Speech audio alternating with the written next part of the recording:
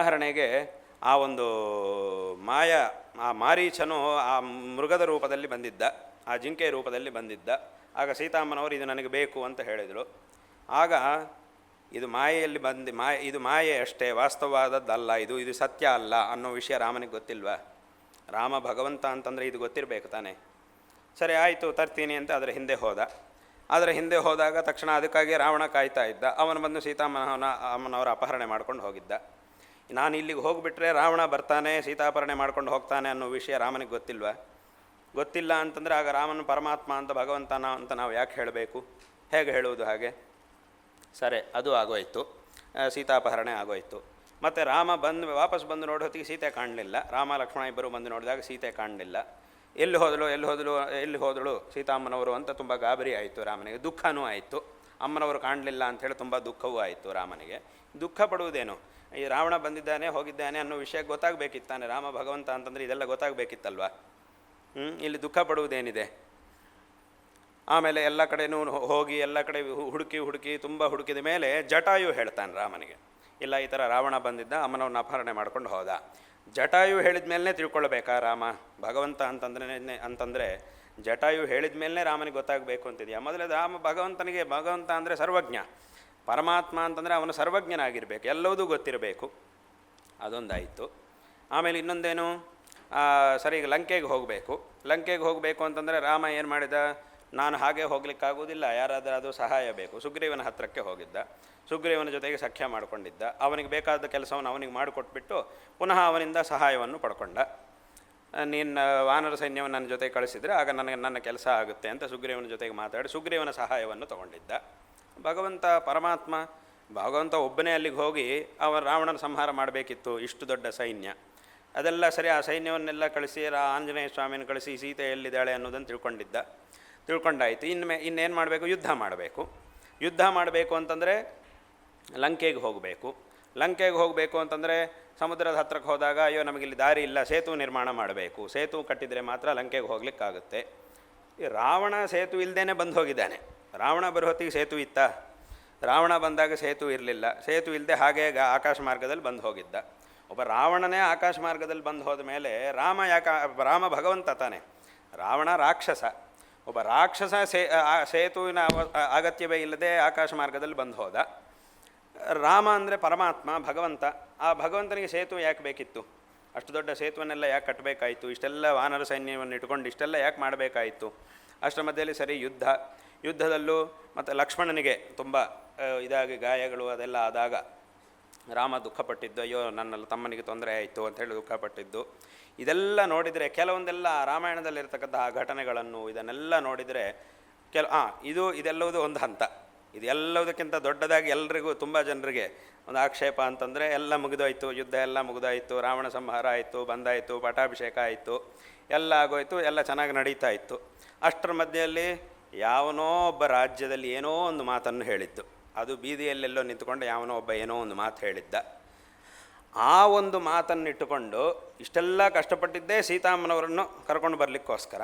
ಇಷ್ಟೆಲ್ಲ ಕಷ್ಟಪಟ್ಟು ಸೀತಾಮ್ಮನವರನ್ನು ಕರ್ಕೊಂಡು ಬಂದು ಯಾವನೋ ಒಬ್ಬ ಬೀದಿಯಲ್ಲಿ ನಿಂತುಕೊಂಡು ಏನೋ ಒಂದು ಮಾತಾಡಿದ್ದಕ್ಕೆ ಅಮ್ಮನವರನ್ನೇ ಪರಿತ್ಯಾಗ ಮಾಡಿಬಿಡುವುದು ಅಂತಂದರೆ ಇದು ಎಂಥ ಒಂದು ನ್ಯಾಯ?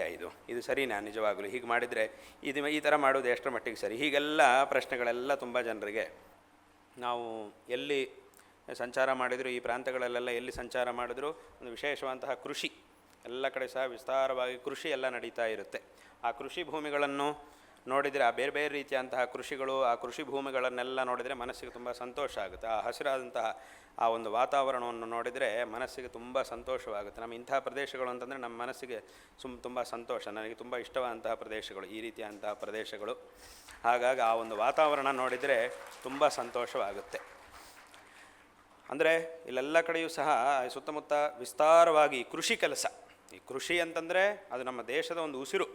ಕೃಷಿ ನಡೀತಾ ಇದ್ದರೆ ಆಗ ಬೇರೆ ಏನು ನಡೆದೇ ಇದ್ದರೂ ಪರವಾಗಿಲ್ಲ. ಏನೋ ಒಂದು ದೊಡ್ಡ ಇಂಡಸ್ಟ್ರಿಗಳು ಅದು ನಡೆಯದೇ ಇದ್ದರೂ ಒಂದಿಷ್ಟು ಸಮಸ್ಯೆ ಆಗ್ಬೋದು ಅಷ್ಟೇ. ಆದರೆ ಒಂದು ಕೃಷಿ ಅನ್ನೋದೇ ನಡೆಯಲಿಲ್ಲ ಅಂತಂದರೆ ಒಂಥರ ಉಸಿರನ್ನೇ ನಿಲ್ಲಿಸಿದ ಹಾಗೆ ಅಷ್ಟೇ. ಬೇರೆ ಏನೋ ಇನ್ನೇನೋ ಆದರೂ ಆಯಿತು ಅಂತಂದರೆ ಪರವಾಗಿಲ್ಲ, ಇನ್ನೇನೋ ಒಂದು ಸೌಕರ್ಯಗಳು ಅದೇನಾದರೂ ಆಗಲಿಲ್ಲ ಅಂದರೆ ಪರವಾಗಿಲ್ಲ. ಕೃಷಿನೇ ಇಲ್ಲ ಅಂತಂದರೆ ಮನುಷ್ಯನ ಜೀವನವನ್ನೇ ನಡೆಸೋಕ್ಕಾಗೋದಿಲ್ಲ. ಅಂತಹ ಒಂದು ಕೃಷಿ ಕೆಲಸ ನಮ್ಮ ಭಾರತದಲ್ಲಿ ಒಂದೊಂದು ರಾಜ್ಯದಲ್ಲೂ ಮತ್ತು ಒಂದೊಂದು ರಾಜ್ಯದ ಒಂದೊಂದು ಭಾಗದಲ್ಲೂ ಸಹ ಬೇರೆ ಬೇರೆ ರೀತಿಯಂತಹ ಕೃಷಿ ಉತ್ಪನ್ನಗಳನ್ನು ಎಲ್ಲ ಕಡೆಯೂ ಸಹ ನಾವು ನೋಡ್ತಾ ಇರ್ತೀವಿ. ಅತ್ಯಂತ ವಿಸ್ತಾರವಾಗಿ ಈ ಒಂದು ಕಾರ್ಯವು, ಪ್ರಧಾನವಾಗಿ ಈ ಒಂದು ಕಾರ್ಯವು ನಡೀತಾ ಇದೆ. ಅದು ಇಲ್ಲಿ ನಡೀತಿರುವುದಲ್ಲದೆ ಇಲ್ಲಿಯವರಿಗೂ ಮತ್ತು ಇಲ್ಲಿಂದ ಬೇರೆ ದೇಶಗಳಿಗೂ ಸಹ ಇಲ್ಲಿಂದ ಆ ಕೃಷಿ ಉತ್ಪನ್ನಗಳನ್ನು ನಾವು ಕಳಿಸ್ತಾರೆ. ಇಲ್ಲಿಂದ ಕಳಿಸುವಂತಹ ಒಂದು ವ್ಯವಸ್ಥೆಯು ಸಹ ಹಿಂದಿನಿಂದಲೂ ಇದೆ. ಅಂದರೆ ಏನು, ಇಲ್ಲಿ ನಡೀತಾ ಇರತಕ್ಕಂತಹ ಕೃಷಿಯನ್ನು ಆಧಾರವಾಗಿ ಇಟ್ಟುಕೊಂಡಿರ್ತಕ್ಕಂಥವ್ರು ಬರೀ ಇಲ್ಲಿಯವರು ಮಾತ್ರ ಅಲ್ಲ, ಬೇರೆ ದೇಶಗಳಲ್ಲಿ ಎಷ್ಟೆಷ್ಟೋ ದೂರದಲ್ಲಿರ್ತಕ್ಕಂಥ ದೇಶಗಳಲ್ಲಿರುವವರು ಸಹ ಇದನ್ನು ಆಧಾರವಾಗಿ ಇಟ್ಟುಕೊಂಡು ಜೀವನ ನಡೆಸುವವರು ಇದ್ದಾರೆ. ಅಷ್ಟೊಂದು ದೊಡ್ಡ ಮಟ್ಟದ ಒಂದು ಕೃಷಿ ಅದೆಲ್ಲವೂ ಸಹ ಇಲ್ಲಿ ನಡೀತಾ ಇದೆ ನಮ್ಮ ಭಾರತದಲ್ಲಿ. ಅದರೊಳಗೂ ಸಹ ಈ ಪ್ರಾಂತ್ಯದಲ್ಲೆಲ್ಲ ಕಡೆ ಈ ಒಂದು ಈ ಪ್ರದೇಶವಂತಹ ಸುಂದರವಂತಹ ಪ್ರದೇಶಗಳಲ್ಲಿ ಈ ಒಂದು ಕೃಷಿ ಕಾರ್ಯವೂ ಸಹ ವಿಸ್ತಾರವಾಗಿ ನಡೀತಾ ಇದೆ. ಹಾಗಾಗಿ ಈ ಒಂದು ಸಂದರ್ಭದಲ್ಲಿ ಈ ಪ್ರಾಂತ್ಯವೆಲ್ಲವೂ ಸಹ ಆ ಸುಭಿಕ್ಷವಾಗಿರಲಿ, ಸುವೃಷ್ಟಿಗಳಿಂದ ಸುಭಿಕ್ಷವಾಗಿರಲಿ, ಈ ಒಂದು ಕಾರ್ಯವನ್ನು ಮಾಡ್ತಾ ಕೃಷಿಕರು ಎಲ್ಲರೂ ಸಹ ಚೆನ್ನಾಗಿರಬೇಕು, ಎಲ್ಲರಿಗೂ ಸಹ ಒಳ್ಳೆಯದಾಗಬೇಕು, ಯಾವತ್ತೂ ಸಹ ತೊಂದರೆ ಆಗದೆ ಎಲ್ಲ ರೀತಿಯಲ್ಲೂ ಒಳ್ಳೆಯದಾಗಲಿ. ಮತ್ತು ಇಲ್ಲಿಗೆ ಬಂದಿರತಕ್ಕಂತಹ ಶಿಷ್ಯ ಜನರೆಲ್ಲರಿಗೂ ಸಹ ಈಗಾಗಲೇ ಅವರು ಮಾತಾಡ್ತಾ ಹೇಳಿದರು, ಈ ಒಂದು ಪ್ರಾಂತ್ಯದ ಆಸ್ತಿಕ ಜನತೆಗೂ ಶೃಂಗೇರಿ ಶಾರದಾ ಪೀಠಕ್ಕೂ ಪ್ರಾಚೀನ ಕಾಲದಿಂದಲೂ ಒಂದು ವಿಶಿಷ್ಟವಾದಂತಹ ಗುರು ಶಿಷ್ಯ ಸಂಬಂಧ ಇದೆ. ಇಲ್ಲಿಯ ಜನರು ಸಹ ಶೃಂಗೇರಿಗೆ ಬಂದು ಪ್ರತಿ ವರ್ಷ ಶೃಂಗೇರಿಗೆ ಅನೇಕ ಬಾರಿ ಶೃಂಗೇರಿಗೆ ಬರುವುದು, ಗುರು ದರ್ಶನವನ್ನು ಮಾಡುವುದು, ಮತ್ತು ಗುರುಗಳು ಸಹ ಇದೇ ರೀತಿಯಾಗಿ ಆವಾಗವಾಗ ಕೆಲವು ವರ್ಷಗಳಿಗೊಮ್ಮೆ ಈ ಪ್ರಾಂತಕ್ಕೆ ಬರುವುದು, ಆಶೀರ್ವಾದವನ್ನು ಮಾಡುವುದು ಅನ್ನೋದು ಸಹ ಪರಂಪರೆಯಾಗಿ ನಡೀತಾ ಇರತಕ್ಕಂಥದ್ದು. ಹಾಗಾಗಿ ಇಲ್ಲಿಯ ಎಷ್ಟೋ ಜನರು ಶಿಷ್ಯರಾದಂತಹ ನೀವೆಲ್ಲರೂ ಸಹ ಇಲ್ಲಿದ್ದೀರಿ. ಮತ್ತು ಇಲ್ಲಿಯ ಮೂಲದವರಾಗಿರ್ತಕ್ಕಂಥವರು ಬೇರೆ ಕಡೆಯೂ ಸಹ ಬೇಕಾದಷ್ಟು ಕಡೆಗಳಲ್ಲಿ ಎಲ್ಲ ಕಡೆಯೂ ಸಹ ಇದ್ದಾರೆ. ಈ ಒಂದು ಸಂದರ್ಭದಲ್ಲಿ ಶ್ರೀಮಠದ ಈ ಒಂದು ಪರಂಪರೆಯಾಗಿ ಶಿಷ್ಯರಾಗಿರ್ತಕ್ಕಂತಹ ನಿಮಗೆಲ್ಲರಿಗೂ ಸಹ ನಾರಾಯಣ ಸ್ಮರಣಪೂರ್ವಕವಾಗಿ ಆಶೀರ್ವಾದಗಳನ್ನು ಮಾಡ್ತಾ ಇದ್ದೇವೆ. ಇಲ್ಲಿ ಈ ಶಂಕರ ಮಠದಲ್ಲಿ ಅನೇಕ ವಿಧವಂತಹ ಅಭಿವೃದ್ಧಿ ಕಾರ್ಯಗಳು ಪ್ರತಿಯೊಂದು ಸಂದರ್ಭದಲ್ಲೂ ನಾವು ಇಲ್ಲಿಗೆ ಬಂದಾಗೆಲ್ಲ ಏನೋ ಒಂದು ಅಭಿವೃದ್ಧಿ ಕಾರ್ಯ, ಏನೋ ಒಂದು ನಾವು ಇಲ್ಲಿ ಒಂದು ಸಲ ಬಂದು ಹೋಗುವುದು, ಆ ನಂತರ ಇನ್ನೊಂದು ಯಾವುದೋ ಒಂದು ಹೊಸ ಅಭಿವೃದ್ಧಿ ಕಾರ್ಯ ಶುರುವಾಗುವುದು, ಅದು ಮತ್ತೆ ಮುಗಿಯೋ ಹೊತ್ತಿಗೆ ಪುನಃ ನಾವಿಲ್ಲಿಗೆ ಬರುವುದು, ನಮ್ಮನ್ನು ಇಲ್ಲಿಗೆ ಆಹ್ವಾನ ಮಾಡುವುದು, ಅದು ಯಾವುದೋ ಒಂದು ಸಂದರ್ಭ ಪುನಃ ನಾವು ಬರುವುದು. ಈಗ ಒಂದೊಂದು ಸಲ ಬಂದಾಗಲೂ ಒಂದೊಂದು ರೀತಿಯ ಅಂತ, ಹಿಂದೆ ನಮ್ಮ ಗುರುಗಳ ಜೊತೆ ಬಂದಾಗ ಒಂದು ಕಾರ್ಯ ಆಗಿತ್ತು, ನಾನು ಪ್ರತ್ಯೇಕವಾಗಿ ಬಂದಾಗ ಆವಾಗ ಒಂದು ಕಾರ್ಯ ಆಯಿತು, ಈಗ ಪುನಃ ಬಂದಾಗ ಈಗೊಂದು ಕಾರ್ಯ ಆಯಿತು. ಹೀಗೆ ಒಂದೊಂದು ಸಲ ಬಂದಾಗಲೂ ಸಹ ಒಂದೊಂದು ಕಾರ್ಯವನ್ನು ನೀವು ಮಾಡ್ತಾ ಇದ್ದೀರಿ. ವಿಶೇಷವಾಗಿ ನಮ್ಮ ಧರ್ಮಾಧಿಕಾರಿಗಳಾಗಿರ್ತಕ್ಕಂಥವರು ಶ್ರೀಧರ್ ಪ್ರಸಾದ್ ಅವರು ಬೇರೆ ಬೇರೆ ರೀತಿಯಂಥ ಅಭಿವೃದ್ಧಿ ಕಾರ್ಯಗಳನ್ನು ಮಾಡ್ತಾ ಇದ್ದಾರೆ. ಅವರು ಈ ಎಲ್ಲ ಕಾರ್ಯಗಳನ್ನು ಮಾಡಬೇಕು ಅನ್ನುವಂಥ ಒಂದು ವಿಶಿಷ್ಟವಾದ ಉತ್ಸಾಹವನ್ನು ಹೊಂದಿ ಈ ಎಲ್ಲ ಕೆಲಸಗಳನ್ನು ಸಹ ಅವರು ಮಾಡ್ತಾ ಇದ್ದಾರೆ. ಈ ಎಲ್ಲ ಕೆಲಸಗಳಲ್ಲೂ ಸಹ ತುಂಬ ಜನರು ಮಠದ ಶಿಷ್ಯರಾಗಿರ್ತಕ್ಕಂಥವರು, ಆಸ್ತಿಕರು, ಅವರಿಗೆ ವಿಶೇಷವಾದಂಥ ಒಂದು ಸಹಕಾರವನ್ನು ಸಹ ಮಾಡ್ತಾ ಇದ್ದೀರಿ. ಇದೂ ಸಹ ಅತ್ಯಂತ ಸಂತೋಷಕರವಾದಂಥ ಒಂದು ವಿಷಯ. ಎಲ್ಲರ ಒಂದು ವಿಶಿಷ್ಟವಾದಂತಹ ಉದಾರವಾದಂತಹ ಒಂದು ಸಹಕಾರದಿಂದ ಈ ಎಲ್ಲ ಅಭಿವೃದ್ಧಿ ಕಾರ್ಯಗಳು ನಡೀತಾ ಇದ್ದು ಇದೊಂದು ದೊಡ್ಡ ಒಂದು ಕ್ಷೇತ್ರವಾಗಿದು ಬೆಳೀತಾ ಇದೆ. ಇದು ಅತ್ಯಂತ ಸಂತೋಷಕರವಾದಂತಹ ಒಂದು ವಿಷಯ. ಈ ಒಂದು ಸಂದರ್ಭದಲ್ಲಿ ಶ್ರೀಧರ್ ಪ್ರಸಾದ್ ಅವರಿಗೆ ನಾವು ನಾರಾಯಣ ಸ್ಮರಣಪೂರ್ವಕವಾಗಿ ಆಶೀರ್ವಾದಗಳನ್ನು ಮಾಡ್ತಾ ಇದ್ದೇವೆ. ಹಿಂದೆ ಅವರ ತಂದೆಯವರು ಅವರೂ ಸಹ ಇದೇ ರೀತಿಯಾಗಿ, ಅಥವಾ ಸುಬ್ರಹ್ಮಣ್ಯ ಅವರು ಸಹ ವಿಶೇಷವಾಗಿ ಗುರುಸೇವೆಯನ್ನು ಮಾಡಿದರು. ಎಲ್ಲ ಆಸ್ತಿಕ ಜನರನ್ನು ಸೇರಿಸಿಕೊಂಡು ಒಂದು ವಿಶಿಷ್ಟವಾದಂತಹ ಗುರುಸೇವೆಯನ್ನು ಅವರು ಮಾಡಿದರು. ಎಲ್ಲರ ಒಂದು ಆದರಕ್ಕೂ ಗೌರವಗಳಿಗೂ ಸಹ ಪಾತ್ರರಾಗಿದ್ದು ಒಂದು ವಿಶಿಷ್ಟವಾದಂತಹ ಸೇವೆಯನ್ನು ಮಾಡಿದ್ದಾರೆ. ಅವರ ನಂತರ ಅದೇ ರೀತಿಯಾಗಿ ಈ ರೀತಿಯಾಗಿ ಮಾಡುವುದು ನಮ್ಮ ಒಂದು ಕರ್ತವ್ಯ ಅನ್ನುವಂತಹ ಒಂದು ಭಾವನೆಯಲ್ಲಿ ಅವರು ತೋರಿಸಿದಂತಹ ಮಾರ್ಗದಲ್ಲೇ ಅವರು ಸಹ ಈ ಕೆಲಸವನ್ನು, ಶ್ರೀಧರ್ ಪ್ರಸಾದ್ ಅವರು ಸಹ ಈ ಕೆಲಸವನ್ನು ಮಾಡ್ತಾ ಬಂದಿದ್ದಾರೆ. ಈಗಲೂ ಅವರ ಮನೆ ಹತ್ರಕ್ಕೆ ಹೋದರೆ ಅಲ್ಲಿ ಮನೆ ಹೊರಗಡೆ ಅವ್ರ ತಂದೆ ಹೆಸರೇ ಇದೆ, ಇನ್ನು ಅವರ ಹೆಸರನ್ನು ಅವರು ಹಾಕ್ಕೊಳ್ಳಿಲ್ಲ. ಈಗ ಅಲ್ಲಿ ಹೋಗಿ ನೋಡಿದರೆ ಸುಬ್ರಹ್ಮಣ್ಯ ಅನ್ನೋ ಹೆಸರೇ ಕಾಣುತ್ತೆ, ಅವರ ತಂದೆಯವರ ಹೆಸರೇ ಕಾಣುತ್ತೆ. ಹಾಗೆ ಅಂದರೆ ಅವರು ಸೇವೆ ಮಾಡಿದರು. ಅವರ ನಂತರ ಇವರು ಸಹ ಆ ರೀತಿಯಾಗಿ ಸೇವೆಯನ್ನು ಮಾಡ್ತಾ ಇದ್ದಾರೆ.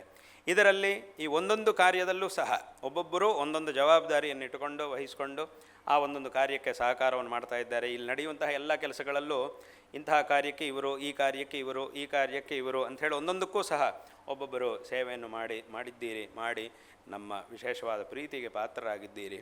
ಈ ಸಂದರ್ಭದಲ್ಲಿ ನಿಮಗೆಲ್ಲರಿಗೂ ಸಹ ಮತ್ತೊಮ್ಮೆ ನಾರಾಯಣ ಸ್ಮರಣಪೂರ್ವಕವಾಗಿ ಆಶೀರ್ವಾದಗಳನ್ನು ಮಾಡ್ತಿದ್ದೇವೆ. ಇದೇ ರೀತಿಯಾದಂತಹ ಒಂದು ಅಭಿವೃದ್ಧಿ ಕಾರ್ಯಗಳು ಮತ್ತು ಈ ಹಿಂದಿನ ಸಂದರ್ಭದಲ್ಲೂ ಸಹ ನಡೆದಿವೆ, ಮತ್ತು ಈ ಸಂದರ್ಭದಲ್ಲೂ ಸಹ ಶತಚಂಡಿ ಮತ್ತು ಋಗ್ವೇದ ಸ್ವಾಹಾಕಾರ ಇತ್ಯಾದಿ ಅನೇಕ ವಿಧವಾದಂತಹ ಧಾರ್ಮಿಕ ಆಚರಣೆಗಳು ಸಹ ಇಲ್ಲಿ ನಡೀತಾ ಇವೆ. ಇದು ಅತ್ಯಂತ ಸಂತೋಷಕರವಾದಂತಹ ಒಂದು ವಿಷಯ. ಈ ರೀತಿಯಾದಂತಹ ಒಂದು ಧಾರ್ಮಿಕ ವಾತಾವರಣ ಇಲ್ಲಿ ನಿರಂತರ ಇದೇ ರೀತಿಯಾಗಿರಬೇಕು. ಹಾಗೂ ಎಲ್ಲರಲ್ಲೂ ಸಹ ಇದೇ ರೀತಿಯಾದಂತಹ ಭಗವದ್ಭಕ್ತಿ, ಗುರುಭಕ್ತಿ, ಧರ್ಮನಿಷ್ಠೆ ಇದೆಲ್ಲವೂ ಸಹ ಇದೇ ರೀತಿಯಾಗಿದ್ದು ಎಲ್ಲ ವಿಧವಂತಹ ಶ್ರೇಯಸ್ಸುಗಳು ಲಭಿಸಲಿ ಎಂಬುದಾಗಿ ಆಶೀರ್ವಾದಗಳನ್ನು ಮಾಡ್ತಿದ್ದೇವೆ. ಹಿಂದಿನ ಸಲ ಅಥವಾ ಅದರ ಹಿಂದಿನ ಸಲ ಬಂದಾಗ ನಾವು ಇಲ್ಲಿ ಒಂದು ದಿವಸ ವಾಸ್ತವ್ಯ ಮಾಡಿ ಇಲ್ಲಿಂದ ಮುಂದಕ್ಕೆ ಹೋಗಿದ್ವಿ. ಆದರೆ ಹಿಂದಿನ ಸಲಿನೇ ಶ್ರೀಧರ್ ಪ್ರಸಾದ್ ಅವರು ಕೇಳಿದರು, ಮುಂದಿನ ಸಲ ಬರುವಾಗ 2 ದಿವಸ ಆದರೂ ಇಲ್ಲಿ ಇರಲೇಬೇಕು ಅಂತ ಅವರು ಕೇಳಿದರು. ಅದರಂತೆ ಈ ಸಲ ಬರುವಾಗ 2 ದಿವಸ ಇಲ್ಲಿರಬೇಕು ಅಂತ ತೀರ್ಮಾನ ಮಾಡಿದ್ವಿ. ಅದರಂತೆ ಈಗ 2 ದಿವಸ ಇಲ್ಲಿದ್ದು ನಾಳೆ ಪುನಃ ಇಲ್ಲಿಂದ ಮೈಸೂರಿಗೆ ಹೋಗುವಂತಹ ಒಂದು ಸಂಕಲ್ಪವನ್ನು ಮಾಡಿದ್ದೇವೆ. ಈ ಸಂದರ್ಭದಲ್ಲಿ ಎಲ್ಲರಿಗೂ ಮತ್ತೊಮ್ಮೆ ಆಶೀರ್ವಾದಗಳನ್ನು ತಿಳಿಸಿ ಈ ಮಾತುಗಳನ್ನು ಇಲ್ಲಿ ಉಪಸಂಹಾರ ಮಾಡ್ತೇವೆ. ಹರ ನಮಃ ಪಾರ್ವತೀಪತಯೇ ಹರ ಹರ ಮಹಾದೇವ.